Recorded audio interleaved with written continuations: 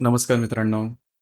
आजच्या व्हिडिओमध्ये आपण चर्चा करणार आहोत 13 ऑक्टोबर ज्यांची जन्मतारीख आहे, त्यांचं संपूर्ण व्यक्तिमत्व, त्याचप्रमाणे येणारं संपूर्ण वर्ष हे तुमच्यासाठी कशा प्रकारचं असेल, या संदर्भातली खुलासेवर चर्चा आपण या व्हिडिओमध्ये करणार आहोत. सुरुवातीला ज्यांची जन्मतारीख 13 ऑक्टोबरची आहे, त्या सर्वांना जन्मदिनांकाच्या मनापासून शुभेच्छा. येणारं संपूर्ण वर्ष हे तुमच्या सर्व इच्छा, आकांक्षा पूर्तीचं ठरो, हीच आमची सदिच्छा. व्यक्तिमत्वाबद्दल सांगायचं झालं तर यांचं जे व्यक्तिमत्व असतं हे अतिशय खास असतं, वेगळं असतं, लक्षात राहण्यासारखं असतं. मुळातच आधुनिक फॅशनकडे यांचा ओढा जास्त असतो.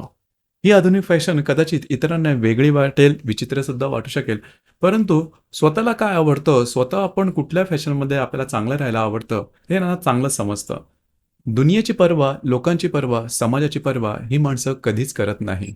स्वतःच्या शर्तीवरती जीवन जगतात आणि इतरांचा सहसा विचार हा यांच्याकडे नसतोच. त्याच्यामुळे मनमौजी असतात, स्वतःच्या हिशोबाने राहणारे असतात, कुणालाही घाबरत नाही, कुणाबद्दल स्ट्रेस टेन्शन फारसं काही घेत नाही. जीवन हे यांना शिस्तीमध्ये किंवा डिसिप्लिनमध्ये जगणं यांना अजिबात आवडत नाही. मनमोकळे असतात, मनमौजी असतात, कुठे वाटेल तिकडे जातील, वाटेल ते काम करतील. यांचे विचारही तशाच प्रकारचे असतात.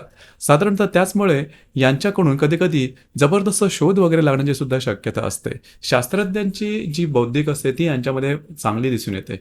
म्हणजे अशा गोष्टी की ज्या आतापर्यंत अस्तित्वात नाही आहेत, त्या गोष्टींचा शोध घेणं, त्या गोष्टींमध्ये काम करणं आणि त्या गोष्टी जाणून घेणं, हा प्रकार यांच्यामध्ये दिसून येतो. या व्यक्ती असतात, ह्या कुठल्याही क्षेत्रामध्ये रमणाऱ्या असतात आणि साधारणतः आपण जीवनाबद्दलचे जे काही नियम लावतो ते यांच्या पचनी सहसा पडत नाही. यांचं वागणं बोलणं तसं पाहिलं तर थोडंसं वेगळं असतं. म्हणजेच इतरांपेक्षा थोडंसं वेगळं जाणवतं. विचारही तसे थोडे वेगळेच असतात. बोलणं किंवा वाणीबद्दल सांगायचं झालं तर बिनधास्त यांचे विचार असतात. आपले विचार व्यक्त करताना मागचा पुढचा विचार करत नाहीत. आणि त्यामुळेच खरं तर या व्यक्ती ट्रस्टवर्दी असतात किंवा याच्यावर तुम्ही विश्वास ठेवू शकता. बिनधास्तपणा हा यांच्या संपूर्ण व्यक्तिमत्वाचा गाभा असतो. त्याच्यामुळे या व्यक्ती थोड्याशा तुम्हाला बेभान वाटू शकतील, बेछूट वाटू शकतील. मात्र बोलणं त्यांचं तसं चांगलं असतं. टू द पॉइंट बोलणं असतं. बिनधास्तपणा हा यांच्या वागण्या बोलण्यात सर्वत्रच दिसून येतो.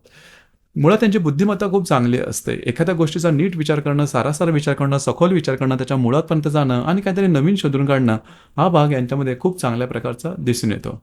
परंतु समाजापासून हे थोडेसे अलिप्त असतात, थोडेसे अलूफ ज्याला आपण म्हणतो, तशा प्रकारचा भाग यांच्यामध्ये दिसून येतो. आपलं जे काम आहे ते व्यवस्थितपणे करत बसणं, जिद्दीनं चिकाटीने करत बसणं, हा भाग यांच्यामध्ये खूप चांगला दिसतो आणि फार कमी वेळेमध्ये हे एखाद्या गोष्टीचा शोध लावतात किंवा एखाद्या गोष्टीच्या तळापर्यंत जातात आणि त्यामधलं नेमकं काय गोष्टी आहेत त्या समजून घेतात.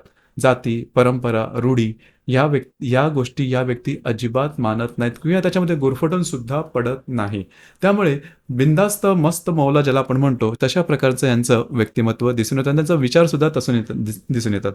कुणाच्या अपरोक्ष काही बोलणं, कुणाबद्दल काही वाईट बोलणं आणि उगाचच एकमेकांबद्दलची उणीधुणी काढणं, हा प्रकार तर ह्यांच्या व्यक्तिमत्वास तुम्हाला शोधूनही सापडणार नाही. त्याच्यामुळे या व्यक्ती तसा पाहिलं तर ट्रस्टवर्दी असतात. इथे 2-3 गोष्टी आहेत, त्या गोष्टीकडे थोडंसं लक्ष देणं गरजेचं राहील. थोडीशी चिकाटी यांच्यामध्ये घेणं गरजेचं राहील. कारण त्यामुळे त्याचा परिणाम त्यांच्या करिअरवरती जास्त प्रमाणात होतो. अर्थात त्यांच्याकडे बौद्धिक चांगलं असतं, काम करण्याची तयारी चांगली असते, ग्रास्पिंग यांचं चांगलं असतं, परंतु जास्त काळ एखाद्या व्यवसायात हे टिकत नाही किंवा एखाद्या क्षेत्रामध्ये टिकत नाही. त्याच्यामुळे बऱ्याचशा गोष्टी बऱ्याच वेळेस हे वरचे त्यांचे जे कार्यक्षेत्र हे सोडत राहतात. त्यामुळे आर्थिक स्थैर्य सहसा लाभत नाही. परंतु त्याची त्यांना पर्वा मात्र नसते. त्यांच्यासाठी त्यांनी स्वतःसाठी जगलेलं आयुष्य हे सगळ्यात महत्त्वपूर्ण असतं आणि अशाच प्रकारचा अनुभव त्यांच्या संपूर्ण व्यक्तिमत्वात दिसतो. साधारणतः त्यांच्या या स्वभावाचा परिणाम त्यांच्या रिलेशनशिपवरती किंवा वैवाहिक जीवनावरती जास्त प्रमाणात झालेला दिसतो. रिलेशनशिपच्या बाबतीत सुद्धा रिलेशनशिपमध्ये येतीलही लवकर आणि जातीलही लवकर. त्याच्यामुळे रिलेशनशिप फार काही टिकवणं थोडंसं कठीण असतं आणि आधुनिक ज्या जीवनशैली असतात ते त्यांना पसंत पडतं. विवाहाच्या बाबतीत सुद्धा फार काही काळ बंधनामध्ये राहणं किंवा एखाद्यासाठी गोष्टी त्यांना कमिटमेंट करून अख्खं आयुष्य त्याच्यामध्ये घालवणं, हा प्रकार त्यांच्या एकंदरीत वागण्या, बोलण्यात, विचारात बसणारा नाही. त्याच्यामुळे वैयक्तिक नातेसंबंधापासून सुद्धा हे थोडेसे लांब राहतात. एकंदरीत सांगायचं झालं तर स्वतःच्या अटींवरती जीवन जगणारे ह्या व्यक्ती असल्या कारणामुळे यांचं व्यक्तिमत्व हे तुम्हाला बऱ्याच प्रमाणात कलरफुल जाणवेल आणि एका अर्थी तुम्हाला यांच्या व्यक्तिमत्वाबद्दल हे सुद्धा जाणवेल की या व्यक्तींनी खरोखर स्वतःचं आयुष्य जगलेले आहेत. साधारणतः नेहमीच्या आपण जो गोष्टी पाहतो, की एखाद्या व्यक्तीने विवाह केला पाहिजे, स्वतःच्या जे फॅमिली आहे त्याच्याकडे लक्ष दिलं पाहिजे, पैसा राखून ठेवला पाहिजे, पुढच्या पिढीसाठी गोष्टी विचार केला पाहिजे. हा भाग तसा यांच्या व्यक्तिमत्वात सहसा दिसून येत नाही. कधी-कधी तर यांना व्यसनही फार लवकर लागतं आणि व्यसन सुटतंही फार लवकर. तर त्यामुळे यांच्या व्यक्तिमत्वाचा तुम्हाला नेमका अर्थ समजणं तसं थोडंसं कठीण होऊन बसतं. येणारं संपूर्ण वर्ष हे तुमच्यासाठी शुभफलदायी राहील. काही महत्त्वपूर्ण घडामोडी ज्या की तुम्हाला अपेक्षित आहेत, त्या तुमच्या बाबतीत होऊ शकतील.